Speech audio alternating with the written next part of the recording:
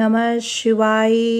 नमस्कार दोस्तों, आइए सुनते हैं सोम प्रदोष व्रत कथा और पूजा विधि। स्कंद पुराण के अनुसार सूत जी कहते हैं कि विदर्भ देश में सत्यव्रत नाम के प्रसिद्ध राजा थे। धर्मपूर्वक राज्य करते हुए उनका बहुत सा समय सुखपूर्वक बीत गया। एक समय शाल्य देश के राजा ने विदर्भ देश के राजा पर आक्रमण कर दिया। उनके बीच भयंकर युद्ध हुआ। दोनों पक्षों में बहुत सी सेनाएं मारी गई और अंत में विदर्भ देश के राजा भी उनके हाथों मारे गए। विदर्भ राज की गर्भवती स्त्री यह सब देखकर दुखी होकर वन की ओर चली गई। सुबह होने पर उस रानी ने जलाशय के किनारे एक वृक्ष के नीचे एक सुंदर बालक को जन्म दिया। उसके बाद वह प्यास से व्याकुल होकर जलाशय से पानी पीने गई। इतने में ही एक घड़ियाल ने आकर उसे अपना भोजन बना लिया और वह बालक पैदा होते ही माता पिता से दूर हो गया। वह नवजात बालक माता के नहीं आने पर जोर जोर से रो रहा था। उस समय भगवान भोलेनाथ की कृपा से एक उमा नाम की ब्राह्मणी अपने बालक के साथ वहां से गुजर रही थी। वह ब्राह्मणी बहुत ही गरीब और विधवा थी और भीख मांगकर अपना गुजारा करती थी।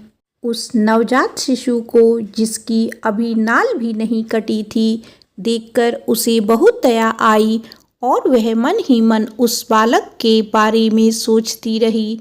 तभी वहां से एक सन्यासी गुजरे। वह ऐसे जान पड़ते थे कि मानो शंकर भगवान हो।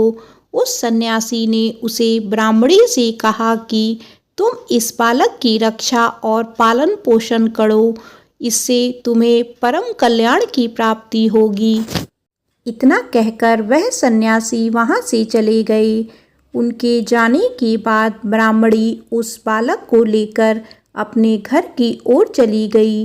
वह ब्राह्मणी एक चक्रा नामक नगर में निवास करती थी। उस ब्राह्मणी ने उस बालक का अपने बेटे की तरह पालन पोषण किया और उस बालक का नाम धर्मगुप्त रखा। वह भिक्षा से ही अपने पुत्र और राजकुमार का पालन पोषण करती थी।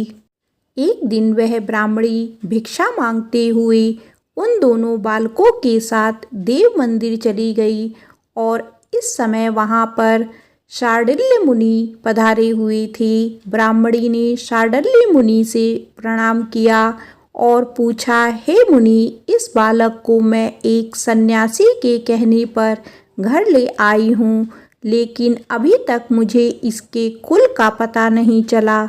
इस बालक का भी मैं अपने पुत्र के समान पालन पोषण करती हूँ। आप अपने ज्ञान चक्षु से देखकर मुझे बताएं कि यह बालक किस कुल का है और इसके माता पिता कौन हैं। तब मुनिवर ने कहा कि यह विदर्भ देश के राजा का पुत्र है और इसके माता पिता की मृत्यु हो चुकी है। मुनिवर ने ब्राह्मणी को इसके माता पिता की मृत्यु कैसे हुई यह भी बताया। यह सुनकर ब्राह्मणी को बहुत दुख हुआ और आश्चर्य भी। उसने मुनिवर से पूछा कि हे मुनिवर, यह बालक राजा का पुत्र होते हुए भी मेरे साथ भिक्षा मांग रहा है और भिक्षा पर निर्भर है। इसकी दरिद्रता कैसे सुधरेगी और यह अपने राज्य को कैसे प्राप्त करेगा? कोई उपाय बताइए। तब शार्दूल मुनि बोले, इस बालक के पिता विदर्भ राज पूर्व जन्म में पांड्य देश के राजा थे। एक दिन प्रदोष काल में राजा बड़ी भक्ति भाव से महादेव जी की आराधना में मग्न थे। इस समय उनके नगर में बहुत भारी कोलाहल मचा गया। उस शोर को सुनकर राजा ने बीच में ही भगवान शंकर की पूजा छोड़ दिया और राजभवन से बाहर निकल गए। इसी समय राजा का मंत्री शत्रु को पकड़कर उनके समीप लेकर आ गया। वह शत्रु पांड्य राजा का सामंत था। उसे देखकर राजा को बहुत क्रोध आया और उन्होंने उसका मस्तक कटवा दिया।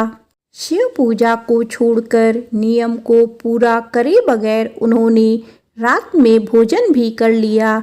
इसी प्रकार राजकुमार भी पूजा करे बिना ही प्रदोष काल में भोजन करके सो गया। वही राजा अगले जन्म में विदर्भ राज हुआ और वही राजकुमार अगले जन्म में राजा का पुत्र बना। शंकर भगवान की पूजा में विघ्न होने के कारण शत्रुओं ने उस राजा को सुख भोग के बीच में ही मार डाला।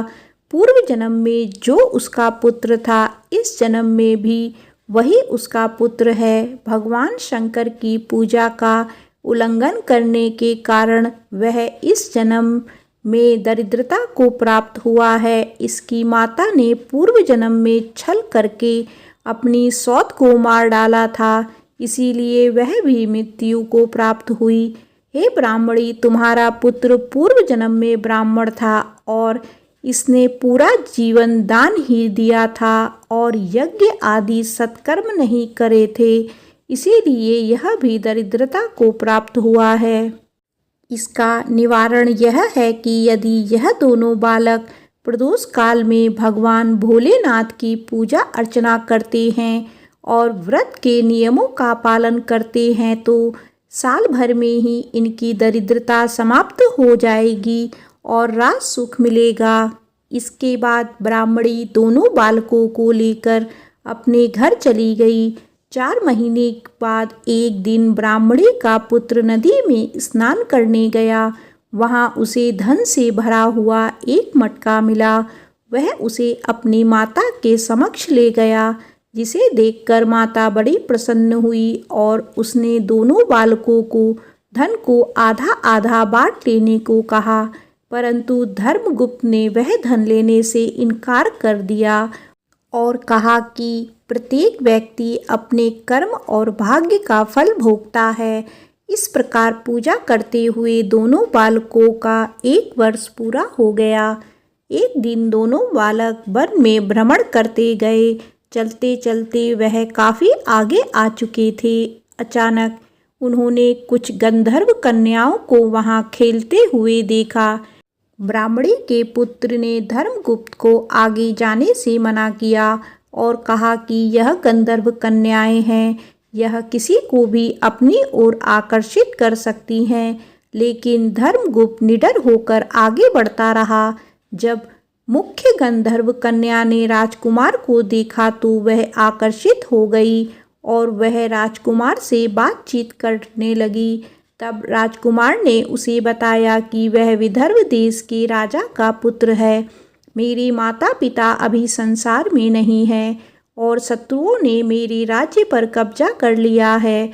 उस कन्या ने अपना परिचय देते हुए बताया कि मैं विद्राविक नामक गंधर्व की पुत्री हूँ। मेरा नाम अंशुमाती है और मैं गायन में प्रवीण हूँ और मैं आपसे विवाह करना चाहती हूँ। इतना कहकर उसने अपनी मोतियों की माला निकालकर राजकुमार को पहना दी।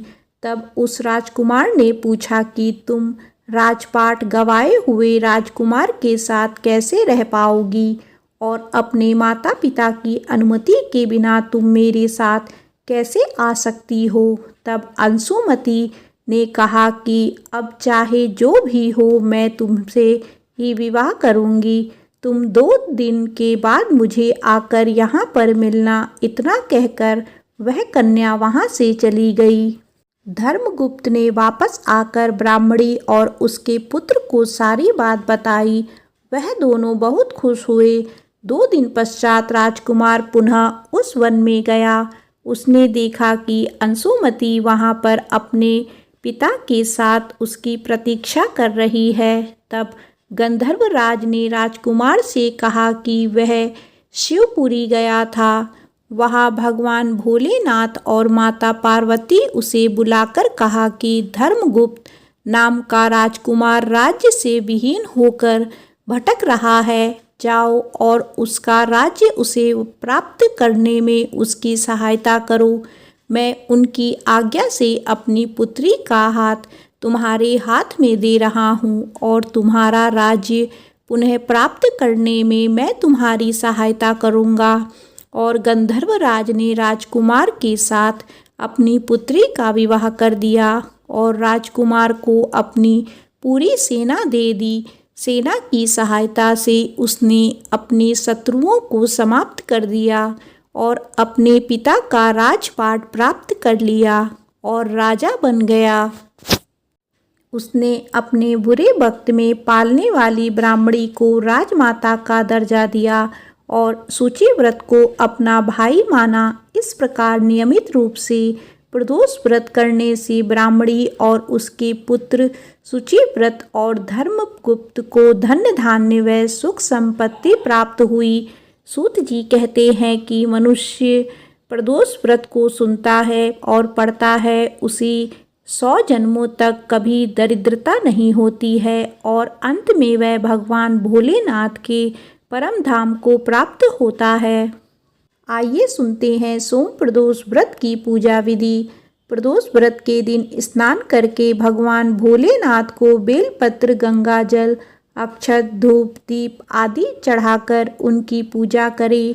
फिर व्रत का संकल्प करें। इस व्रत में भगवान भोलेनाथ और माता पार्वती की पूजा की जाती है। प्रदोष व्रत की पूजा प्रदोष काल में शाम 4:30 बजे से लेकर शाम को 7 बजे के बीच में की जाती है। शाम को एक बार फिर स्नान करके भगवान भोलेनाथ की पूजा करें और दीप जलाएं। पूजा करते समय प्रदोष व्रत की कथा पढ़ें और सुनें। उसके बाद भगवान भोलेनाथ की आरती करें। बोलिए उमापति शंकर भगवान की जय।